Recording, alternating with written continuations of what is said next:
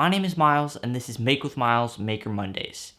In this series, I'm going to be asking makers 3 different questions.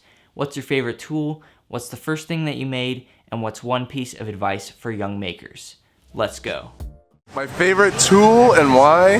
Man, that's a really tough one, but for like a maker space or a school space, I say get a laser cutter because they are so fast and you can get so many students through making a project like that, and they're easy to understand. You know, I'm sure that as a kid I played with Play-Doh and stuff like that, but the first time I really felt that kind of creative spark and making something of my own was I took an old music box apart and repainted all of the surfaces with my own designs and kind of changed how the little dancing clown on it, and I kind of changed the mechanics of that and put it all back together. And that's the first time I really felt like I was like making my own thing more than just playing with toys. A piece of advice for young makers or people who want to make stuff would be, you know, it can be tempting to feel like you need a better tool or a better setup